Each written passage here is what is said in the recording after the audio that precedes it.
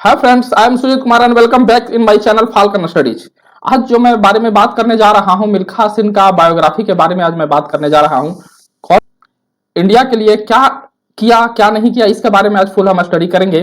तो सबसे पहले इनका बायोग्राफी हम जानते हैं। तो ये इनका जन्म जो हुआ था गोविंदपुरा में हुआ था, जो कि प्रेजेंट डे पाकिस्तान में आता है।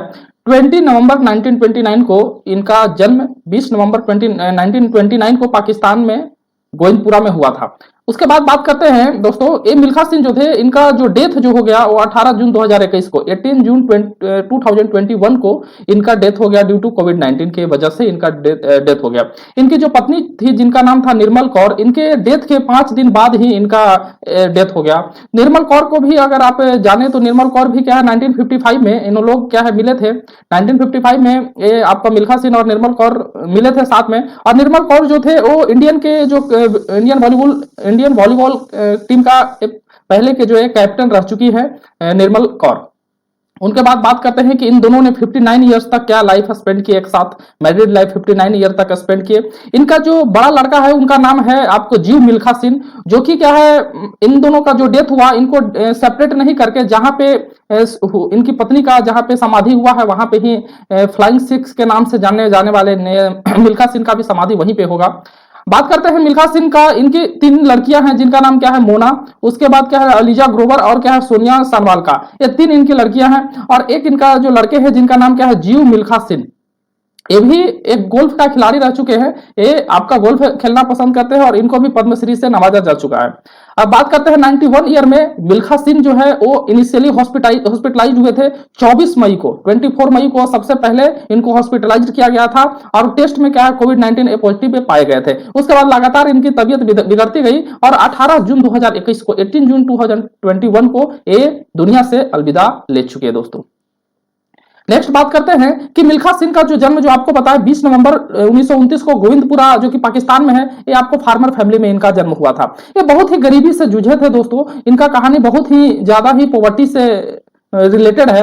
इनका जो माँ बाप के कुल कितने हैं 15 संतान थे, 15 भाई बहने थे, जिनको उस समय 1929 में जब इनका जन्म हुआ था उस समय इंडिया और पाकिस्तान एक ही हुआ करता था। लेकिन 1947 के बाद क्या हुआ, आजादी के बाद क्या हुआ कि दोनों क्या है अलग हो गए। और जिसके बाद क्या हुआ कि जो भी ट्रेन तो चल रही थी, इंडिया और पाकिस्तान के बीच क्या ट्रेन तो चल रही थी, लेकिन उस ट्रेन में कितने लोग जीवित आ रहे थे वो बहुत ही कहने वाला था। तो जिसी में एक इनके 8 भाई बहन जो है वो मारे गए थे। उस खौफनाक मंजर जो है, उस जो मिल्खा सिंह जो है पाकिस्तान से जो ट्रेन आ रही थी इंडिया, वो महिला बोगी में छिप कर वो दिल्ली पहुंचे हुई थी। उन्होंने क्या है बोला मिल्खा सिंह ने कि हमें क्या है बचा लो, हमारे खुद इतने 8 भाई बहनें मर चुके हैं और हमें आप बचा लो। इसलिए क्या है उसने जो मुस्लिम लेडीज जो थी वो उनको अपने सीट के नीचे क्या है ना बैठाई और उस तरीके से छिप करे दिल्ली पहुंचे थे। अगर हम इनके बारे में बात करें तो 4 बार क्या है इनका एशियाई खेलों के स्वर्ण पदक के विजेता रह चुके हैं मिल्खा सिंह। 1958 में, उसके बाद क्या हुआ 1960, उसके बाद 1964 419 और इनको 1959 में क्या वो पद्मश्री से भी नवाजा गया था दोस्तों। 1959 में इनको पद्मश्री से भी नवाजा गया था। इनका अगर हम बात करें अचीवमेंट की, इनका अचीवमेंट क्या है तो सबसे पहले हम बात करते हैं 1958 में। 1958 में क्या हुआ कि 200 मीटर के 1958 में 200 मीटर में क्या हुआ गोल्ड जीते थे। कहां पे जीते थे? एशियन गेम्स टोक्यो में ये हमारा क्या है गोल्ड जीते थे। उसके बाद हम बात करते हैं 1958 में 440 यार्ड में भी इन्होंने क्या किया था गोल्ड जीते थे, जो कि ब्रिटिश अंपायर में खेला जा रहा था। ब्रिटिश अंपायर जो कि कॉमनवेल्थ गेम कार्डिफ में खेला जा रहा था, 440 यार्ड में भी इन्होंने गोल्ड जीते थे। उसके बाद क्या हुआ, वहां की महारानी जो एलिजाबेथ थी वो इनको अवार्ड से नवाजी थी महारानी एलिजाबेथ। उसको देखकर उस समय इंडिया की हाई कमान रह चुकी उस समय विजय लक्ष्मी पंडित जो कि वहां पे ही थी, इंग्लैंड में थी, उसने आकर गले लगा लिया था मिल्खा सिंह को। अगर हम बात करें और 1960 में इन्होंने 400 मीटर का ये जो सबसे यादगार पल रहा है 1960 के 400 मीटर जो कि रोम ओलंपिक में इन्होंने 45.6 सेकंड ये रिकॉर्ड इनका रहा है। 45.6 सेकंड में ये 400 मीटर क्या है ना ये दौड़ चुके थे, लेकिन इसमें ये फर्स्ट नहीं आ चुके थे, ये 4th स्थान पे थे। इसके 4th स्थान पे 45.6 सेकंड का 38 ईयर के के बाद एक इंडिया का ही परमजीत सिंह जो कि 1998 में ये 38 ईयर के बाद 45.6 सेकंड का रिकॉर्ड ब्रेक किए थे। मतलब क्या हुआ कि इनके 45.6 ये हमारा दौड़ने के बाद 38 साल तक कोई भी इंडियन दौड़ नहीं पाया था। वो 1998 में परमजीत सिंह ने इनका रिकॉर्ड ब्रेक किया था। उसके बाद और बात करते हैं 1962 में यहाँ 400 मीटर में भी क्या है एक गोल्ड जीते थे। 4x400 मीटर में भी इन्होंने क्या है एशियन गेम्स जकार्ता में गोल्ड जीते थे।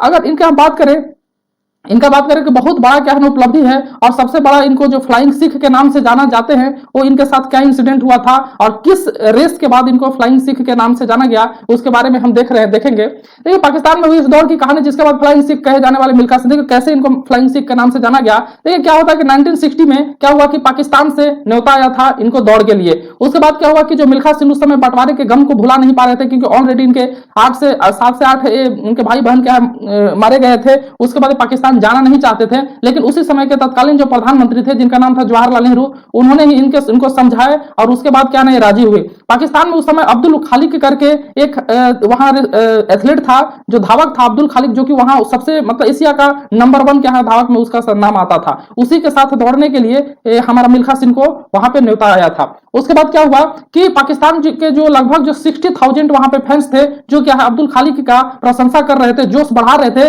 लेकिन मिल्खा सिंह ने अपनी रफ्तार के सामने खालिक को टिकने नहीं दिया और वो मिल्खा सिंह क्या है इस रेस को जीत गए थे।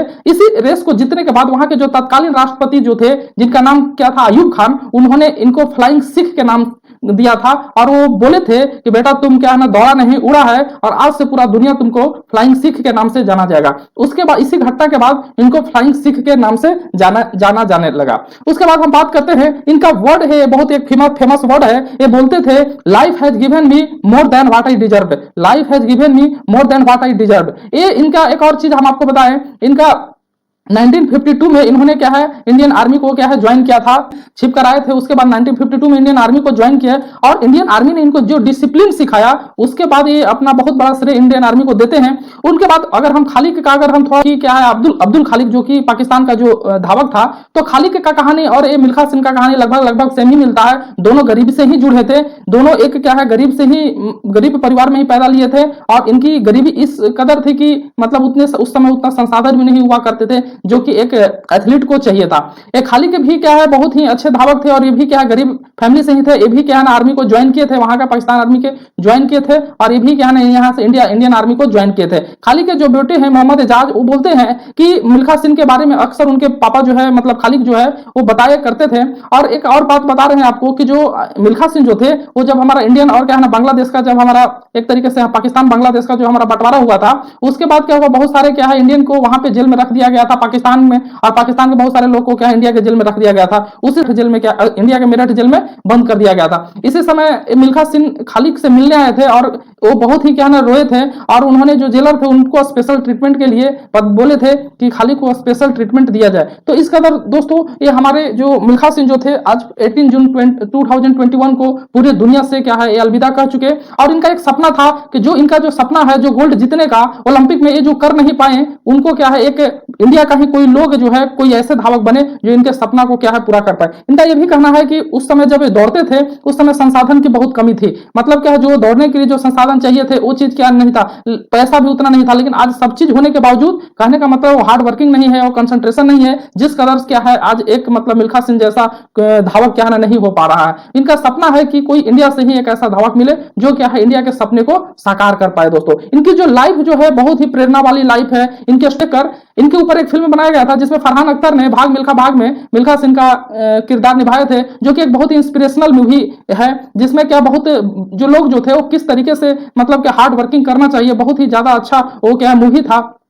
और जो भी उसमें क्या ना स्क्रिप्ट जो लिखे गए थे उसमें कोई गलती नहीं हो, इसीलिए ये जो मिल्खा सिंह से बहुत सारे स्क्रिप्ट को पढ़ाया गया था, दिखाया गया था और जो भी क्या ना सच्चाई था वो चीज को क्या है ना उसमें दिखाया गया था। दोस्तों अगर हम बात करते हैं और क्या है मिल्खा सिंह का, अगर मान लीजिए कि लाइफ में ये बताते हैं कि जीवन में कभी भी संघर्ष का कोई दूसरा सब्स्टिट्यूट नहीं होता है और हमेशा क्या है ना जीवन में संघर्ष करके क्या है नाम रोशन जरूर ही होगा। जिस कदर क्या मिल्खा सिंह ने इतने गरीबी के बावजूद भी अपने इंडिया का नाम रोशन किए, इस तरीके से और भी जो एथलीट है या किसी भी फील्ड में इस तरीके से कठिन परिश्रम करके इंडिया का नाम क्या है रोशन करना चाहिए। दोस्तों बस इसी ट्रिब्यूट के साथ, इसी कोट के साथ मैं विदा लेना चाहता हूं दोस्तों। और ये जो मिल्खा सिंह जो इतिहास को कलम से नहीं कदम से लिखा, जिनका पीरियड 1929 से लेकर 2021 तक रहा, हम लोग बहुत ही क्या है नम आंखों से श्रद्धांजलि देते हैं और इन मिल्खा सिंह को आजीवन क्या है ना याद रहेंगे। कंट्री से भले अलविदा कह चुके हैं लेकिन दिल से कभी अलविदा नहीं कह चुके हैं दोस्तों।